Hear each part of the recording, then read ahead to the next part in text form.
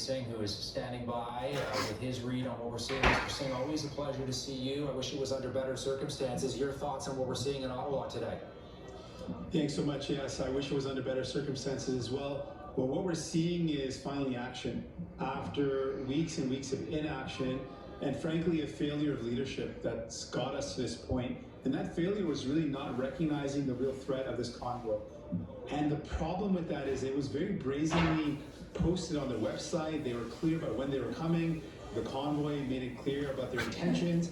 Despite all of that, all levels of government failed to respond with seriousness, and we are left to this crisis, and it's gotten worse and worse. But now we're seeing action, and we're seeing the occupation be dismantled. Yeah, this was an occupation, an insurrection, and though those sound like harsh words, those are their exact intentions. They intended to overthrow the government, replace it with a committee of their own choosing.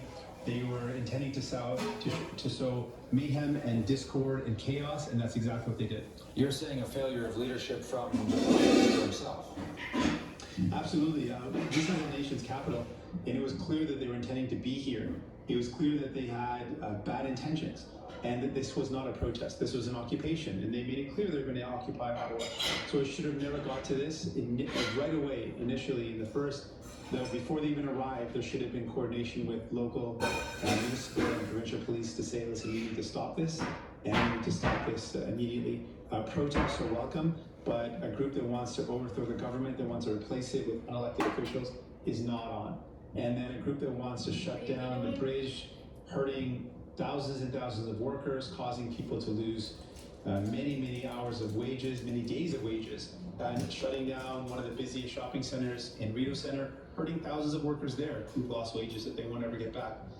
This is something that could have been avoided, and the lack of leadership brought us this moment, but now we're seeing some action taken, which is what we've long called for.